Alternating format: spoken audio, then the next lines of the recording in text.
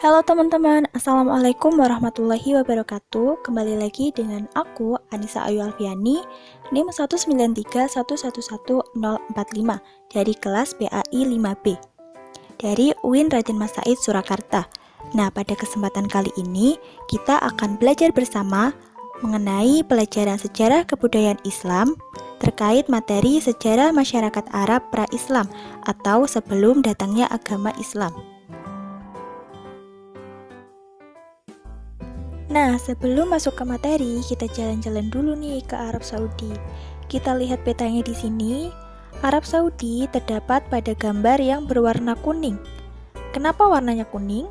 Karena pada Arab Saudi merupakan tanah yang gersang, gurun pasir atau padang pasir, seperti itu. Sebelum mempelajari tradisi masyarakat Arab sebelum Islam, kita akan mempelajari terlebih dahulu bagaimana keadaan negeri Arab tempat Nabi Muhammad SAW dilahirkan. Bagaimana keadaan negeri Arab secara geografis, kehidupan sosial, dan spiritual sebelum Nabi Muhammad menyebarkan agama Islam, terutama mereka yang tinggal di kota Mekah. Nah, teman-teman, Jazirah Arab merupakan wilayah padang pasir yang terletak di bagian barat daya Asia. Jazirah adalah padang pasir terluas dan tergersang di dunia. Luas wilayahnya yaitu 120.000 mil persegi. Jazirah Arab merupakan wilayah strategis dalam peta dunia zaman kuno, ketika benua Australia dan Amerika belum dikenal oleh banyak orang, karena letaknya berada pada posisi pertemuan tiga benua, yaitu Asia, Eropa, dan Afrika. Wilayah bagian utara Arab berbatasan dengan lembah gurun Syria, sebelah utara berbatasan dengan dataran tinggi Persia, sedangkan sebelah barat berbatasan dengan Laut Merah. Kepulauan Arabia atau Jazirah Arabia adalah sebutan untuk Arab karena wilayahnya dikelilingi laut pada ketiga sisinya. Nah, materi yang pertama yaitu keadaan geografis Jazirah Arab. Keadaan alam Jazirah Arab. Wilayah Arab daerahnya terdiri dari gurun-gurun yang udaranya sangat panas dan berangin tenang. Wilayah ini adalah daerah Tihamah. Sedangkan wilayah yang berupa lembah di celah-celah pegunungan adalah daerah Hijaz. Di wilayah Hijaz inilah terdapat dua kota suci, yakni Mekkah dan Madinah. Di Mekkah terdapat Ka'bah dan sumber mata air yang tidak pernah kering, yang merupakan peninggalan dari Nabi Ibrahim alaihissalam dan putranya Nabi Ismail alaihissalam, yang disebut dengan Zamzam. Najd adalah suatu wilayah yang berupa dataran tinggi, berbeda dengan wilayah Al-Arud, yaitu wilayah padang pasir luas yang terkenal dengan padang Sahara yang tandus dan gersang. Wilayah Al-Arud berada di bawah kekuasaan bangsa Persia. Wilayah Jazirah Arab lainnya yaitu Yaman, suatu wilayah di Jazirah Arab yang telah banyak dihuni oleh masyarakat Arab sebelum Islam. Penduduk Yaman termasuk yang telah maju pada saat itu, namun sering terjadi peperangan sehingga banyak bangunan-bangunan yang lenyap dan musnah akibat peperangan. Nah, yang kedua yaitu bangsa-bangsa di Jazirah Arab. Bangsa Arab dibagi menjadi beberapa bagian bangsa yang besar, yakni mereka adalah bangsa Arab yang sudah tidak dikenal lagi karena sudah punah, yang disebut dengan Arab Al-Baidah. Bangsa Arab Al-Baidah yang pernah terkenal dalam sejarah bangsa-bangsa Arab adalah kaum Ad dan Samud. Arab Al-Aribah adalah mereka bangsa Arab yang berasal dari keturunan Ya'rib bin Syakib dan disebut dengan bangsa Arab Khotan dan berdomisili di Yaman. Sebagian besar dari penduduk Jazirah Arab adalah dari keturunan Nabi Ismail. Bangsa Arab ini adalah Al-Musta'ribah, baik yang tinggal di kota-kota maupun di dusun-dusun. Nah, selanjutnya kehidupan sosial masyarakat Arab sebelum Islam. Nah, di sini teman-teman mungkin pernah mendengar atau membaca bahwa zaman sebelum agama Islam datang itu disebut dengan zaman jahiliyah. yang artinya kebodohan atau zaman kegelapan. Disebut demikian karena masyarakat Arab pada waktu itu tidak mau menggunakan pikiran sehatnya untuk menyembah Allah Subhanahu wa Ta'ala yang telah menciptakan mereka. Mereka dalam kegelapan karena tidak mau mengikuti petunjuk agama yang benar yang dibawa oleh para Rasul Allah. Mereka juga belum memiliki aturan hidup yang baik, tidak terdapat pemerintahan dan hukum yang tetap bagi mereka. Mereka hanya mengikuti serta memenuhi adat istiadat dan kebiasaan yang telah berlaku secara turun-temurun. Nah, berikut ini adalah kebiasaan buruk bangsa Arab. Yang pertama, yaitu menyembah berhala dan benda-benda langit.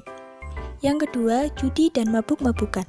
Sebelum kedatangan Islam, judi dan bermabuk-mabukan adalah hal yang biasa. Ketika berjudi, bangsa Arab menjadi lupa diri dan mempertaruhkan apapun yang dimilikinya, harta, hewan ternak, rumah, bahkan istrinya. Mereka juga senang bermabuk-mabukan. Kemudian, mengubur bayi perempuannya hidup-hidup. Bagi masyarakat Jazirah Arab, kelahiran bayi perempuan adalah sebuah aib bagi keluarganya dan tidak berguna, karena bayi perempuan tidak bisa diajak berperang. Karena pada zaman sebelum Islam, sering terjadi peperangan antar suku, maka mereka mengubur bayi perempuan mereka. Bahkan, Umar bin Khattab pernah mengubur bayi perempuannya sebelum beliau memeluk Islam. Selanjutnya, merampok. Mereka suka merampas atau merampok kafilah atau rombongan dagang yang lewat di gurun pasir. Kemudian curang dalam berdagang. Timbangan dikurangi dan ditimbun barang dagangan agar dapat menjualnya dengan harga yang lebih tinggi pada hari-hari berikutnya. Yang terakhir yaitu berperang antar suku. Hal ini sering terjadi karena perselisihan dan peperangan antar suku, bahkan mereka saling membunuh yang disebabkan oleh masalah-masalah kecil. Selanjutnya, sifat baik bangsa Arab. Yang pertama, dermawan. Mereka sangat bangga jika disebut dermawan.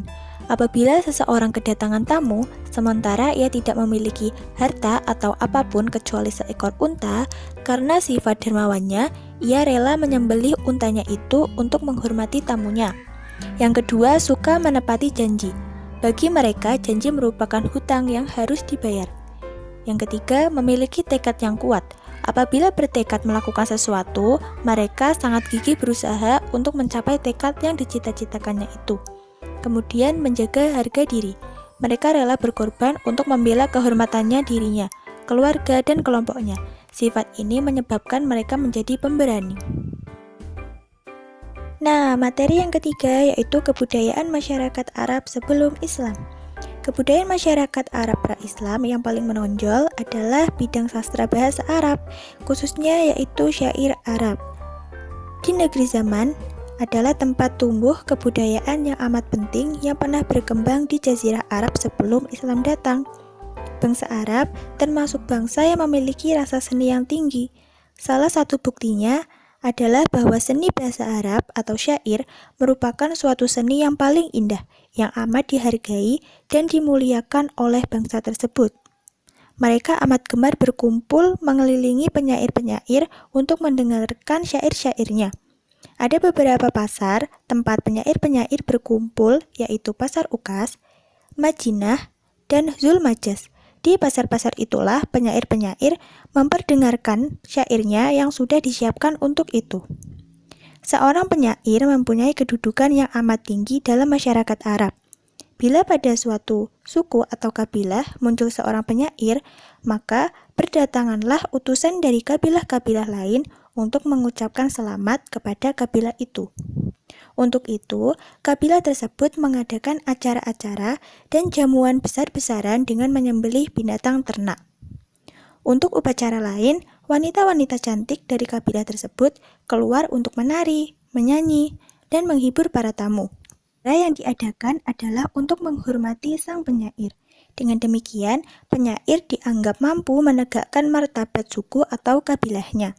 Salah satu pengaruh syair bagi bangsa Arab adalah bahwa syair itu dapat meninggikan derajat orang yang tadinya hina atau sebaliknya, yang menghinakan orang yang tadinya mulia.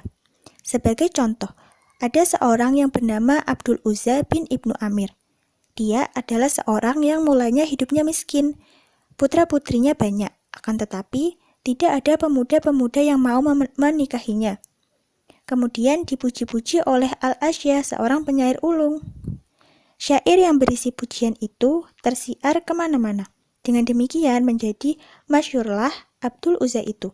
Dan akhirnya kehidupannya menjadi baik dan berlebutlah pemuda-pemuda untuk meminang putri-putrinya.